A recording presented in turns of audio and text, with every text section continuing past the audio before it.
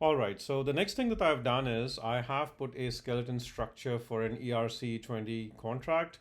And what you see over here on the top is an interface. And we'll cover off interface in detail in our bootcamp series.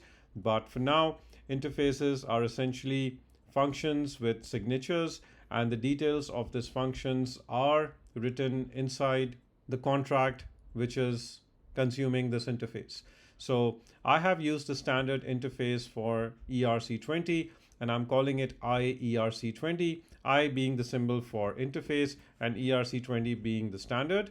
And inside this interface, you can see that I've got a couple of standard functions, and we talked about standard functions in my previous videos.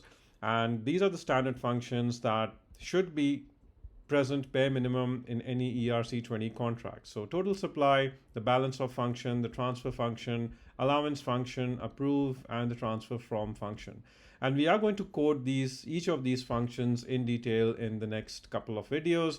And I will go line by line on explaining how we can code each of these functions.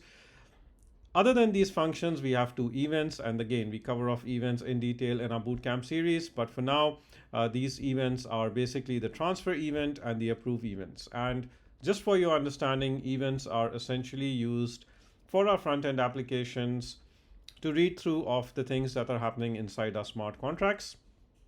Events basically give us information on things being executed, things being rolled back, and what's really happening in our smart contracts. So any front-end DApp or any front-end application that is reading off our smart contracts can use these events and also inform the user that things are happening successfully, any transaction has been failed, basically giving more inside information.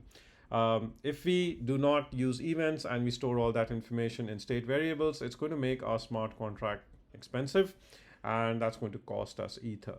So a good practice is to use events to communicate information of your smart contract outside your smart contract to other front-end applications.